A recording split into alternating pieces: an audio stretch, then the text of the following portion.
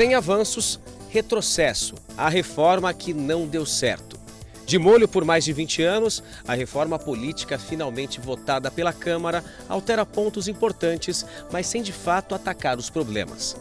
Uma reforma que ainda não é. Considerados um retrocesso, os pontos da reforma política aprovados pela Câmara não resultam em avanços reais. Sequer atendem parte das reivindicações das ruas.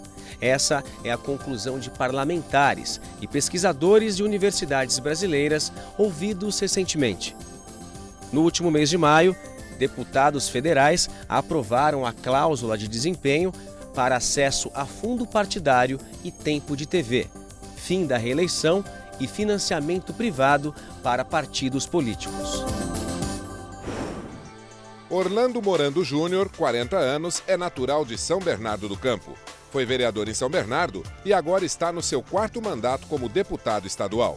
Casado, pai de 2 filhos, é empresário do ramo varejista e atual vice-presidente da Associação Paulista de Supermercados, a APAS. É formado em administração de empresas e também em direito.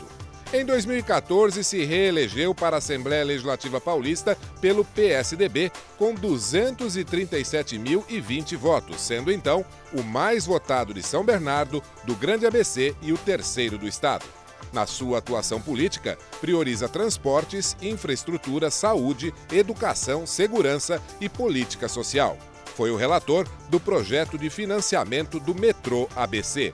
A lei da ficha limpa paulista é de sua autoria.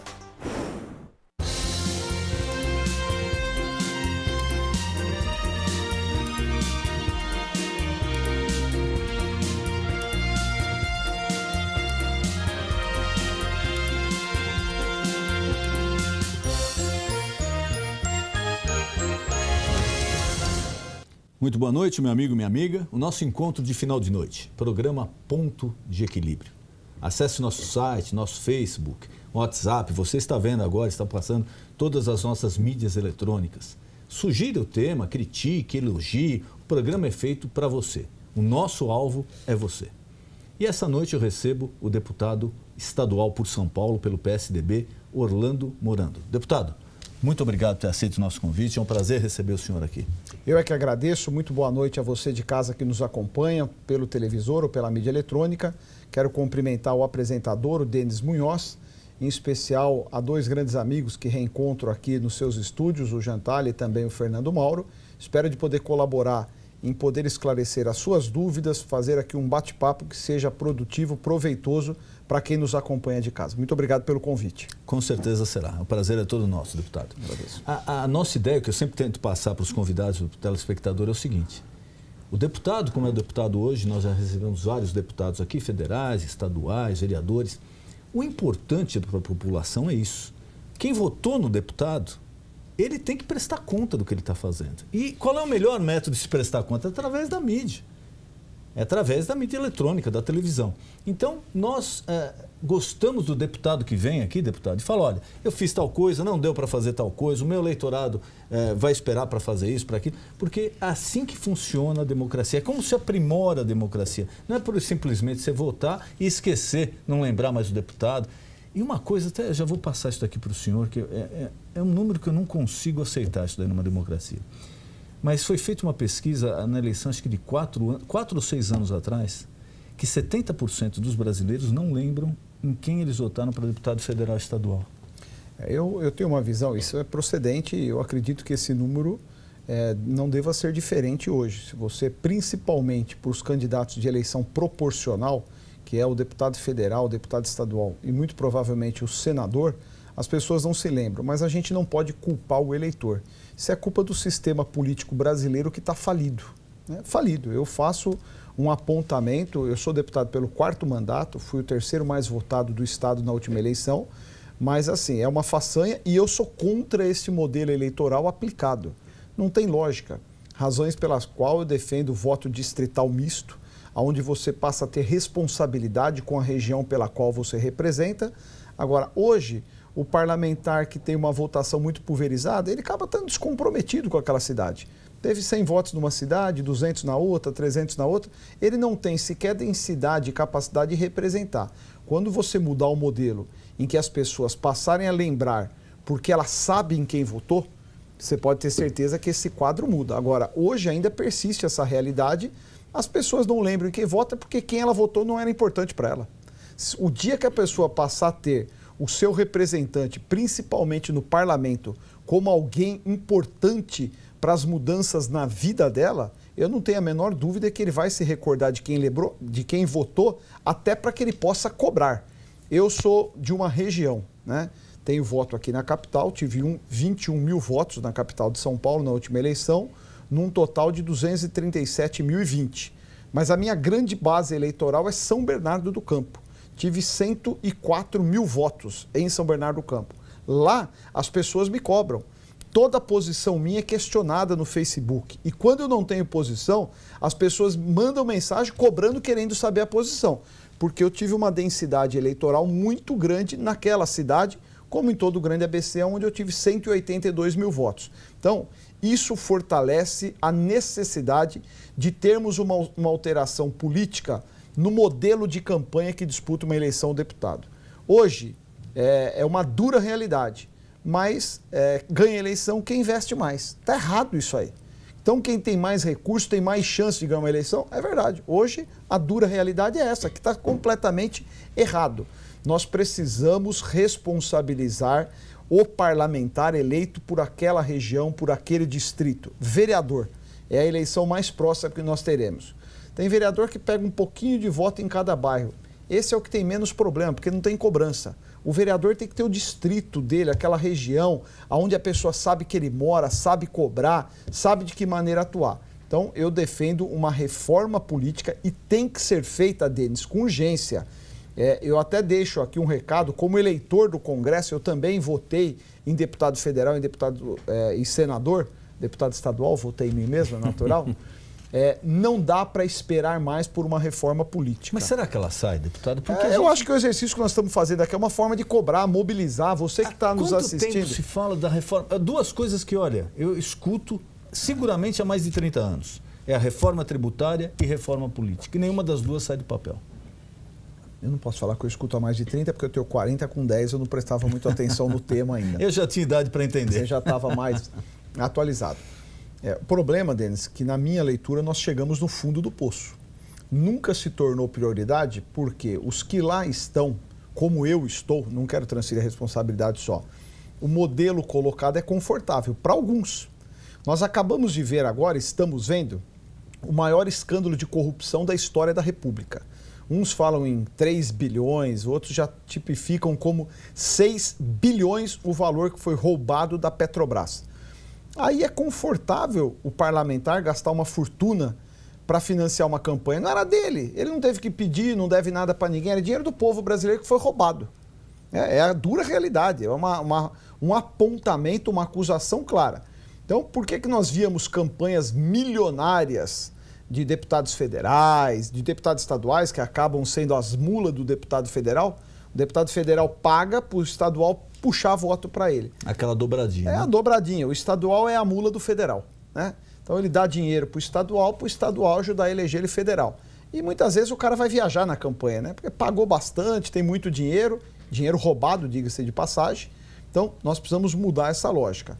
Eu acho que o grande momento que nós estamos vivendo se pauta pela necessidade. O sistema faliu, a sociedade não admite mais e os políticos sérios também não aceitam mais concorrer neste modelo que aí está colocado. Eu acredito que pode não ser a melhor reforma política, mas algo daqui para setembro deste ano vai ocorrer já pautado para as eleições do próximo ano. Mas isso passa um pouco por verba de campanha. E eu recebi aqui vários deputados, juristas, especialistas em direito eleitoral. E quando a gente chega no tema verba de campanha, parece que aí a coisa se espalha um pouco. Por quê? Alguns acham que, por exemplo, pessoa jurídica não poderia doar dinheiro para candidato. Outros acham que poderia. Outros acham que teria que ter um limite da pessoa física. Outros acham que a pessoa física, o Estado não deveria dar nada de dinheiro, nem através de fundo partidário, porque isso cria uma certa máfia na distribuição do dinheiro. Qual o posicionamento do senhor? Primeiro, um teto menor. Então vamos começar do princípio. Não adianta mudar só o financiamento, tem que mudar o modelo. Voto distrital misto, Não defendo reeleição para nenhum cargo, mandatos de 5 ou 6 anos. Inclusive para deputados? Inclusive, deputado no máximo 2 mandatos. Deputado 2 mandatos. Disputou 2 eleições do mesmo cargo, ou ele vai para outro mandato ou fica um período fora. Ficou um mandato fora, se ele quiser ele pode retornar. Esse continuismo eu não acho bom, né? Então vamos lá. Fim da reeleição, limite de mandatos para parlamentares no mesmo cargo. Hoje eu sou estadual, fiquei 2 vezes, eu posso tentar ser deputado federal. Fiquei 2 vezes federal, se o eleitor quiser eu posso voltar para estadual. Mas a continuidade ad eterna, sou o contrário. O voto distrital, que eu considero muito importante, né, para você responsabilizar o parlamentar eleito por aquela região, limite de gastos de campanha, limite de gastos, e diminuir as fontes de publicidade. Eu sou contra ter cavalete pela cidade, emporcalham a cidade inteira. Eu sou contra placas de tamanho seja qual for. Única forma, libera as mídias sociais e libera o chamado cartãozinho, papel para você entregar. Nada além disso. Proíbe contratação de cabo eleitoral. Porque essa é outra coisa. O sujeito, você proíbe a placa, o cavalete, o sujeito recruta um exército de gente para trabalhar. Etc. Camiseta já é proibido. Você pode usar só a camiseta da campanha. Da campanha, sim, mas é proibido na boca de urna, né? Não, a camiseta como brinde está proibido. Como uniforme para funcionário pode. Então, sou contra, tem que cortar. Aí você vai ver um candidato ser mais competitivo, vai muito mais da performance pessoal e, ao mesmo tempo, para quem tem horário de TV, quem vai à televisão, acabar com produção. Hoje, o sujeito que mais fatura na campanha é o marqueteiro, porque ele transforma o candidato num ator e o programa numa novela, numa minissérie. Ano eleitoral, eu trabalhei, fui profissional de televisão durante 20 anos. Pois é. Ainda apresento o programa, mas trabalhei em outras emissoras também. A época que as produtoras ganham mais dinheiro e o pessoal de publicidade e marketing são nos anos eleitorais. Por quê? É feita aquela superprodução em cima de alguns poucos candidatos que têm condição de pagar aquilo lá e lá se gera um movimento enorme de dinheiro. Chega o fim de uma campanha, o sujeito acha que acabou a minissérie. Tem gente que se emociona, chora. Nós temos televisão, é o candidato e a mensagem do candidato. Sem nenhum tipo de produção, mas ele fez, ele tem que mostrar. Fala o que ele fez. Se ele fez de verdade, o povo vai acreditar no que ele está falando, porque vai na rua e vê. Então, sou favorável ao retorno, mais ou menos, da publicidade naquele tempo que era restrita a foto do candidato e um currículo. Perfeitamente. Mas e o político que fez grandes obras e tal? Ele fala. Ele está autorizado a falar. Agora, o que não dá, você pega no período eleitoral, estamos fazendo a Transamazônica, mostra um pedacinho da Transamazônica feito. Fizeram 50 quilômetros, falta fazer 5 mil. É a realidade. Então, as pessoas são levadas à escolha através do erro. E a publicidade, aí tem que parabenizar o publicitário. O papel dele é vender um produto. Lógico, ele é um profissional. Ele é um profissional. Ele vende o produto da melhor forma possível. Isso vale para qualquer partido, tá? Qualquer partido. Então, você tem que pôr o candidato, dando a mensagem dele. Eu fiz. Quero que você, telespectador que me assiste, vá conferir a linha de metrô X que foi entregue.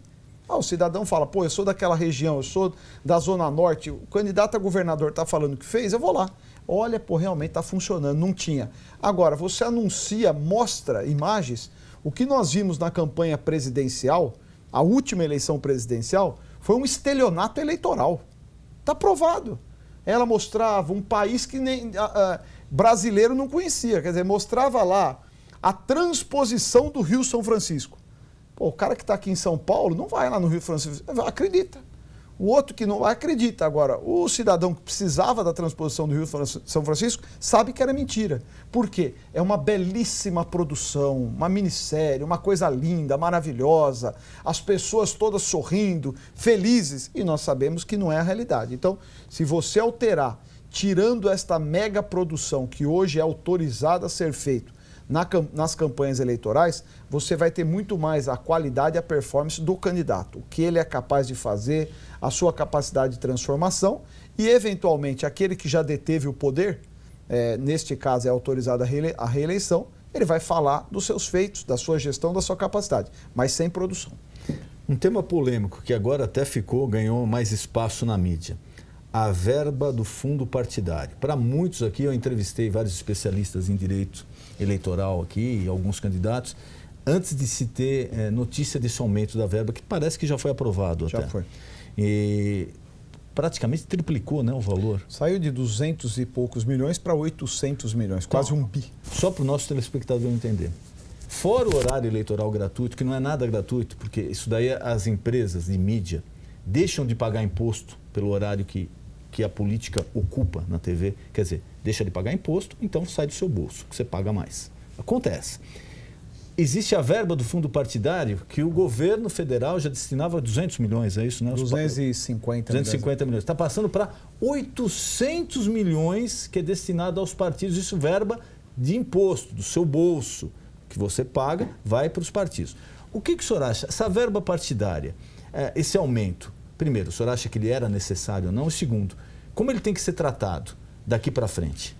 Primeiro, precisamos lembrar que quem autorizou esta verba, este aumento na verba partidária, foi a presidente Dilma Rousseff.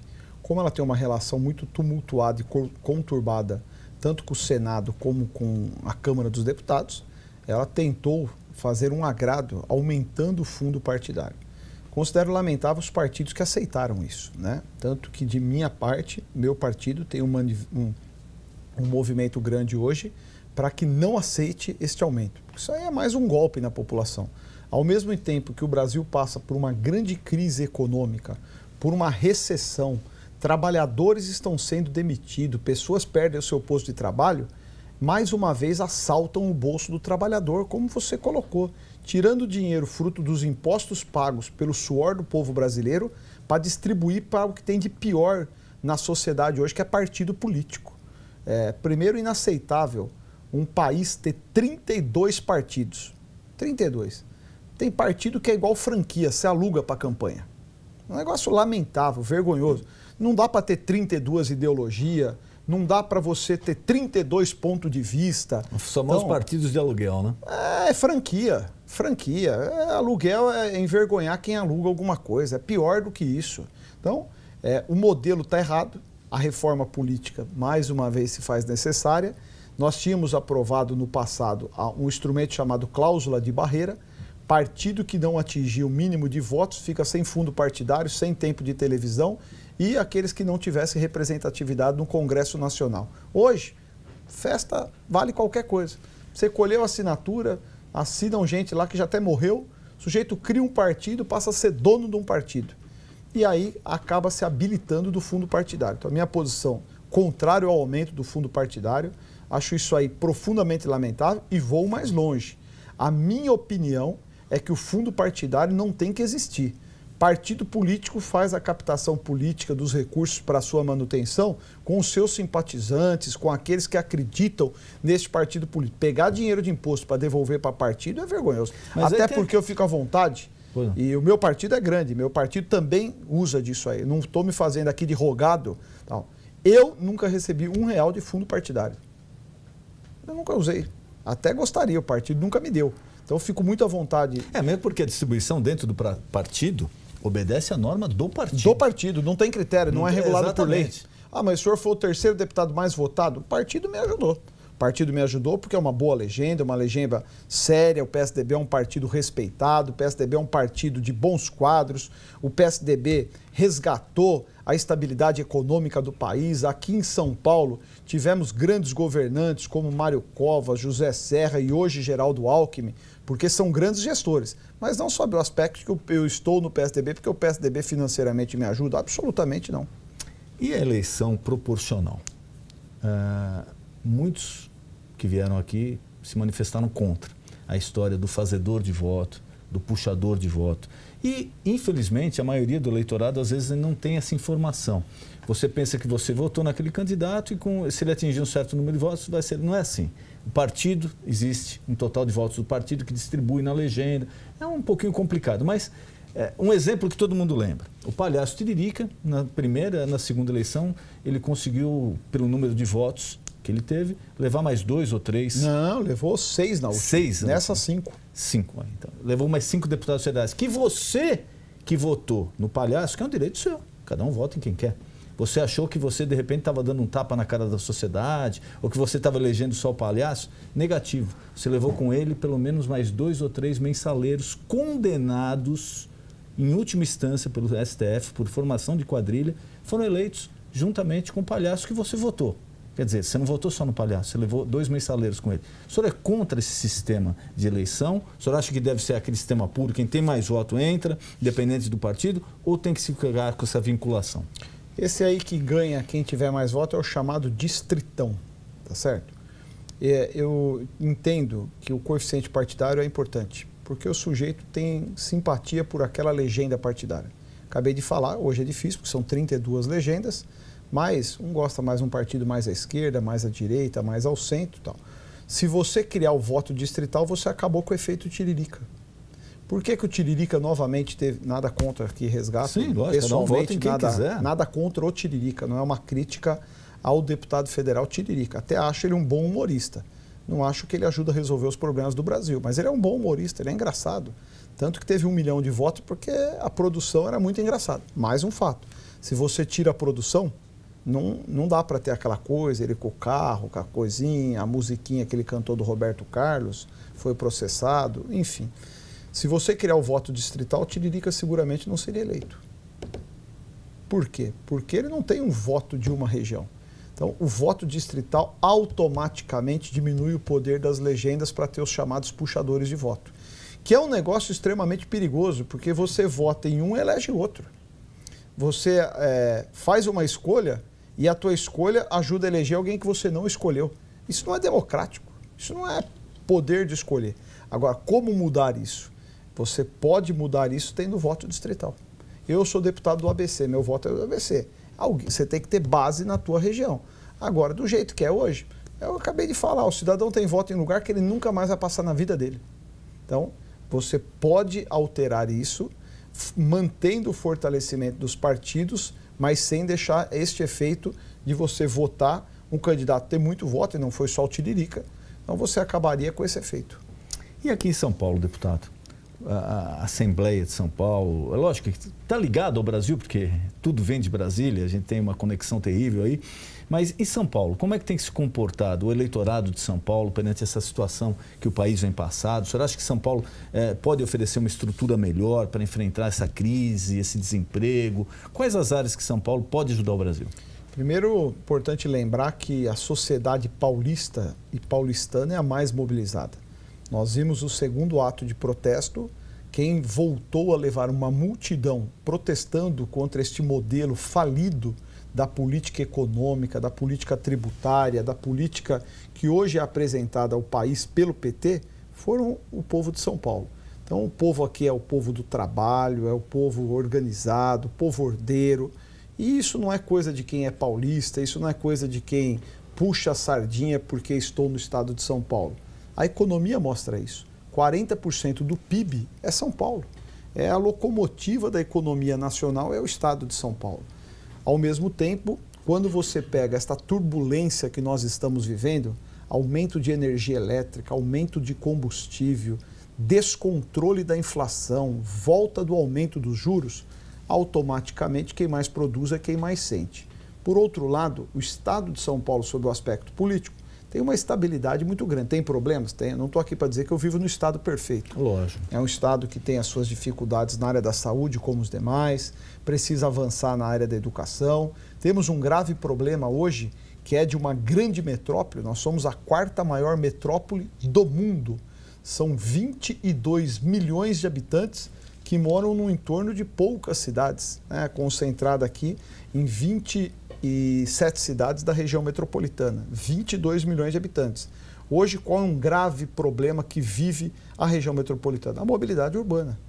Hoje, o trânsito, né, é um transtorno na vida das pessoas, fazem com que as pessoas adoecem e é, sem dúvida nenhuma, uma área que precisa, com a máxima velocidade, ampliar e muito as suas ações. O governo do estado tem investido, lamentavelmente o governo federal nunca investiu um único real do dinheiro do Tesouro no metrô de São Paulo.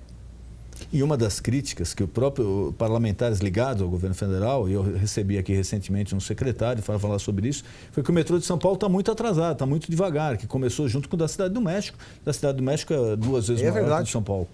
O metrô de São Paulo hoje tem aproximadamente 60 Aproximadamente. Tem 61 quilômetros de linha em funcionamento. Vamos chegar nos próximos 5 anos a aproximadamente 200. Qual é a dificuldade? O metrô de São Paulo, tudo que foi feito foi com recurso de São Paulo. O governo federal nunca, estou te afirmando, eu sou da Comissão de Transportes, nunca investiu R$1 a fundo perdido no metrô. Nada contra os outros estados, mas Rio de Janeiro recebeu, o Ceará recebeu, Brasília recebeu, Minas recebeu, São Paulo, que é o estado que mais paga imposto para o governo federal, nunca recebeu. Então tem um erro, e é verdade, o ritmo é lento porque tem pouco recurso. Hoje o governador criou o modelo das PPPs, parceria público-privada. Linha 6 em andamento, nós temos 5 linhas de metrô em execução na cidade de São Paulo. Linha 2, linha 4, que é a linha amarela, linha 5, que é a linha lilás, que vai chegar no centro da zona sul de São Paulo, linha 6, que sai de São Judas e vai até a Brasilândia na zona norte, linha 15, que vai sair da Vila Prudente e chegar até a cidade de Tiradentes, linha 17, que é o monotrilho do Morumbi, e a futura linha 18, que já tem o contrato assinado, que sai do Tamanduateí e vai chegar até São Bernardo do Campo, passando por São Paulo, São Caetano e Santo André. Então nós teremos 7 linhas de metrô simultaneamente, a linha 2 também, em execução. Agora, se você me fala, Orlando, mas isso tudo vai demorar ainda para ficar pronto. É verdade, linha de metrô não é igual uma rodovia, né? Que você faz a terraplanagem, joga a pedra, asfalto, está pronto. Alta engenharia, complexidade, estações hoje necessitam, por imposição legal, e está correto, de toda acessibilidade para o deficiente. Agora, tudo que São Paulo fez de metrô até agora fez com recurso próprio. O governo federal nunca ajudou em absolutamente nada. Deputado, o caminho é o metrô mesmo, para se melhorar? Não teve um planejamento.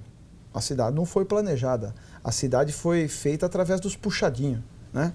Então você pega a Paulista, que foi projetada, uma boa avenida, 4 pistas de rolamento de cada lado. Tal. Agora, você pega o restante, a cidade cresceu para depois você pensar em infraestrutura. Hoje o caminho é o monotrilho e o metrô, que é transporte de alta velocidade, de alta capacidade e, ao mesmo tempo, interliga pontos equidistantes da cidade. Agora, não precisaria do metrô, você poderia ter tido corredores de ônibus. Agora, hoje tem um problema, você faz o corredor do ônibus de onde estava andando o carro. Esse corredor de ônibus do Haddad é um corredor difícil. Eu não vou nem entrar no ponto de vista da prefeitura, porque se eu for falar do corredor de ônibus, eu tenho que falar dessa ciclofaixa, que, sob o aspecto de lazer, é importante. Sobre o que ele está fazendo para a cidade hoje, é altamente condenado, porque o trânsito já está caótico, ele está tirando uma faixa de automóvel para pôr bicicleta numa cidade que não tem cultura e uma topografia que não colabora. Eu fiz 300 quilômetros de ciclofaixa. Para quem usar? Não, é a relação custo-benefício. Está beneficiando a quem, está prejudicando a quem? E quanto está custando isso para a cidade? Agora, não precisaria ter tudo isso de metrô se a cidade tivesse sido planejada. Olha que coisa interessante, Denis. Hoje, uma das regiões que mais recebe moradores na cidade de São Paulo é a zona leste de São Paulo. Então, na cidade de Tiradentes, aquela região mais distante, já divisa a região mais populosa, com Itaquaquecetuba e tal. Hoje é um volume enorme de pessoas que moram lá. Não tem indústria naquela região. Então, não tem faculdade naquela região. Ponto que eu ia falar, então que tem uma tese dessa. Se você colocar a pessoa morando perto e oferecer perto dela o trabalho, o lazer, então não precisa de transporte. Exatamente. O transporte não precisa ser esse investimento monstro da pessoa perder 2, 3, 4 horas por dia para ir voltar ao emprego. Uma linha de metrô são 5, 6, 9 bilhões. A linha 6 vai custar 9 bilhões de reais. Mas aí você faz todo o estímulo, os programas habitacionais estimulam o sujeito a morar na Zona Leste. A hora que ele está morando, o emprego dele está na Zona Sul. O emprego dele está no centro de São Paulo. Aí não tem transporte que aguenta. Aí você tem um planejamento. Quem conhece um pouco os Estados Unidos, lá você tem um projeto das prefeituras, dos estados, é uma faixa de habitação, uma faixa industrial. Uma faixa habitação, uma faixa industrial. Não que você não tenha metrô, Nova York você tem um metrô moderníssimo e tal. Mas aqui não tem planejamento, você estimula as pessoas cada vez a morar mais longe do trabalho dela. E pior, você põe ela para morar, depois você lembra que lá não tem hospital, não tem UBS, não tem faculdade, e aí tem a cobrança para ter o transporte público. Então, a falta de planejamento... Você gasta com o transporte e depois gasta para montar a infraestrutura lá. Infraestrutura lá. Então, assim, a falta de planejamento é uma das práticas que onera extremamente. Por exemplo, para quem está nos ouvindo ter certeza, quem já foi a Brasília, Brasília, a cidade de Brasília foi uma cidade projetada pelo grande arquiteto Oscar Niemeyer. Projetada. Vias largas, praticamente não tem farol, são cruzamentos em elevação. Não tem esquina, né? Não tem, praticamente você não tem esquina, tá certo? Uma cidade que durante quantos anos funcionou muito bem, agora está ficando sobrecarregada, tem a necessidade de ter um metrô, especialmente para levar para cidades satélites que são mais distantes. Mas tinha planejamento. As pessoas que trabalham na esplanada, muitas se deslocavam até a pé para o seu trabalho. Funcionava, porque foi projetado. A grande maioria das cidades do país, São Paulo é a maior vítima porque tem a maior concentração de pessoas. Acabei de falar, é a 4ª metrópole do mundo. Fica atrás de Xangai, Bangladesh, Nova York e Tóquio. Olha o tamanho que é isso. Agora, as pessoas têm o desejo de morar em São Paulo, as pessoas gostam de São Paulo. Quem muda para São Paulo, eu brinco, quem respira desse ar não vai mais embora. Com todos os problemas. Com todos os problemas, mas é a cidade da oportunidade, é a cidade do emprego, é a cidade da renda, é a cidade que tem cultura, é a cidade que tem lazer, é uma cidade que oferece uma gastronomia invejável para o mundo inteiro. Agora, tem uma complexidade gravíssima, né? A mobilidade urbana, os ônibus começam a circular 4h30 da manhã. Imagine que empresa não começa a trabalhar 4 da manhã. O cidadão pega o ônibus 4h30 para entrar no trabalho 7h30. É uma coisa... 20, 30% e o do tempo que ele poderia dele. estar com a família, o tempo que ele poderia usar para estudar, o tempo lazer. que ele poderia fazer uma academia, cuidar da saúde física do seu corpo, ele passa dentro do ônibus hoje, passa dentro do trem. Apertado, parado. Desconforto, né? Mexe com o humor da pessoa, mexe com a autoestima da pessoa. É comum e sem nenhuma demagogia. Eu sou do ABC. Quando eu venho para essa região onde estamos aqui, na Pompeia, para mim voltar para o ABC é muito melhor eu pegar a linha verde, descer no Sacomã e de lá vão me buscar, a mulher vai buscar. Se for de carro... neste horário que nós gravamos o programa, 5 horas da tarde, né, eu demoro para chegar daqui em São Bernardo do Campo 1h30, 2 horas. Daria para ir para Campinas. Com folga, com Sorocaba. Fora o que está poluindo a cidade, porque é motor, é combustível sendo queimado, poluindo a cidade. Agora, faltou planejamento, isso é inegável. Deputado, gostaria de continuar a nossa conversa, que é um tema muito importante para o nosso telespectador, mas infelizmente nosso tempo está acabando. E eu queria deixar à sua disposição as suas considerações finais, algo que eu não perguntei, algum recado, algum dado que o senhor queira passar para o nosso telespectador, por favor. Primeiro eu quero aqui mais uma vez agradecer a sua confiança de ter nos acompanhado de casa, de ter acompanhado a nossa programação. Espero que com as minhas opiniões, não sei se vou colaborar com a sua vida, mas possa devolver no mínimo o sentimento de que possamos construir uma cidade, um estado e um país mais justo. Agradecer ao apresentador, o pastor Denis Munhoz, ao convite, me colocar e reiterar mais uma vez à disposição de que sempre que for chamado e tiver a necessidade de vir explicitar os meus pensamentos, a minha forma e a atuação do meu mandato, me colocar à disposição. E caso eu possa contribuir, você pode me acionar através do Facebook, sou eu mesmo, Orlando Morando, através do meu site, também disponível, www.orlandomorando.com.br, ou através do nosso telefone da Assembleia Legislativa, 3884-3577. Sempre à sua disposição, muito obrigado, em especial por nos acompanhar até esta hora. Uma boa noite a todos vocês. Deputado, foi um prazer recebê-lo aqui. Muito obrigado. E o nosso ponto de encontro, programa Ponto de Equilíbrio. Boa noite.